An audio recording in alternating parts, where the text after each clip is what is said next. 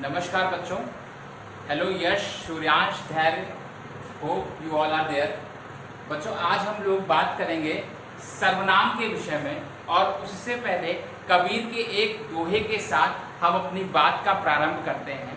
कबीर जी कहते हैं, माटी कहे कुम्हार से, तू क्या रोंदे मोए, एक दिन ऐसा आएगा मैं रोंदूंगी तोए। कहने का तात्पर्य यह है कि जीवन की स्थितियां कैसी भी हों, कितनी भी विकट से विकट हों, एक समय के बाद उन स्थितियों में परिवर्तन आता ही है और हमारे जीवन को सकारात्मक रूप में वह स्थितियां लेकर के जाती हैं। यदि हम बात करें सर्वनाम के विषय में, तो सर्वनाम वह शब्द हैं जो कि वाक्यों में संज्ञा के स्थान पर प्रयुक्त होते हैं। हम कह सकते हैं कि भाषा विज्ञान और व्याकरण में सर्वनाम वह शब्द हैं जो संज्ञा या वाक्यांशों के स्थान पर प्रयुक्त होते हैं। यदि सर्वनाम के भेदों पर हम चर्चा करें तो मुख्य रूप से सर्वनाम 6 प्रकार के होते हैं। पुरुषवाचक सर्वनाम, निश्चयवाचक सर्वनाम, अनिश्चयवाचक सर्वनाम, संबंधवाचक सर्वनाम, प्रश्नवाचक सर्वनाम और निजवाचक सर्वनाम। पुरुषवाचक सर्वनाम से हमारा तात्पर्य सर्वनाम के एक ऐसे रूप से है जिसमें वक्ता, श्रोता और अन्य पुरुष तीनों मिलकर के कहीं ना कहीं शब्दों के माध्यम से ध्यान इंगित करके संज्ञा शब्दों के स्थान पर प्रयुक्त होते हैं। जब वक्ता स्वयं की बात करता है तो उसे हम कहेंगे, जब वक्ता स्वयं की बात करेगा तो उसे हम कहेंगे उत्तम पुरुष। जब वक्ता श्रोता की बात करेगा, सुनने वाले की बात करेगा, तो उसे हम कहेंगे मध्यम पुरुष। जब श्रोता और वक्ता मिल करके किसी अन्य पुरुष, किसी अन्य व्यक्ति की बात करेंगे तो उसे हम कहते हैं अन्य पुरुष। जैसे कि उत्तम पुरुष में आ जाएंगे मैं, मेरा, हम इत्यादि। वहीं हम अगर बात करें मध्यम पुरुष की तो तुम, तेरा, तुम इत्यादि शब्द आपके मध्यम पुरुष में आ जाएंगे। वहीं अन्य पुरुष में थर्ड पर्सन, तृतीय व्यक्ति की बात होगी जो उस पूरी चर्चा में कहीं पर भी उपस्थित नहीं। जैसे कि वे, वे दोनों, वे सब इत्यादि शब्द आपके अन्य पुरुष, तृतीय पुरुष में आएंगे।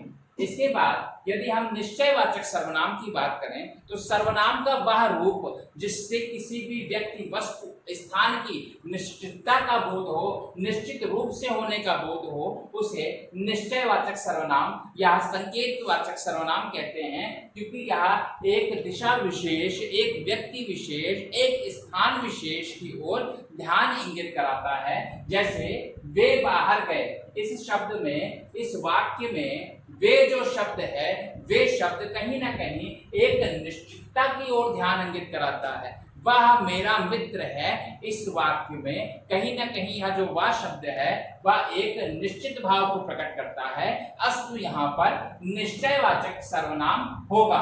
वहीं अनिश्चयवाचक सर्वनाम की बात करें जहां पर अनिश्चितता का बोध हो, जैसे कोई, कुछ, कोई दरवाजे पर खटखटा रहा है, कुछ तो गड़बड़ है इत्यादि शब्दों में अनिश्चयवाचक सर्वनाम का प्रयोग हुआ है। वहीं जब दो चीजों के बीच, दो वस्तुओं के बीच, दो व्यक्तियों के बीच संबंध बताने के लिए शब्दों का प्रयोग होता है उसे हम संबंधवाचक सर्वनाम कहते हैं। जैसे उदाहरण स्वरूप, जो जैसा करेगा वैसा भरेगा, जैसी करनी वैसी भरनी। तो जो जैसा करेगा वैसा भरेगा, जो करेगा सो भरेगा। इस वाक्य में जो और सो आपस में एक प्रकार का संबंध व्यक्त कर रहे हैं। अस्तु यहाँ पर सो शब्द जो है वह संबंधवाचक सर्वनाम होगा। प्रश्नवाचक सर्वनाम जब किसी प्रकार के प्रश्न की बात हम करते हैं, क्या, कौन इत्यादि इत्यादि। जैसे कि हम पूछें तुम कौन हो या तुम्हें क्या चाहिए, तो इन शब्दों में, इन सार्वनामिक पदों में जो कौन शब्द है या जो क्या शब्द है इसे प्रश्नवाचक सर्वनाम कहेंगे। वहीं यदि हम प्रश्नवाचक सर्वनाम की इस प्रकार से बच्चों, हमने सर्वनाम के पुरुषवाचक, निश्चयवाचक, अनिश्चयवाचक, संबंधवाचक और प्रश्नवाचक सर्वनाम के बारे में पढ़ा।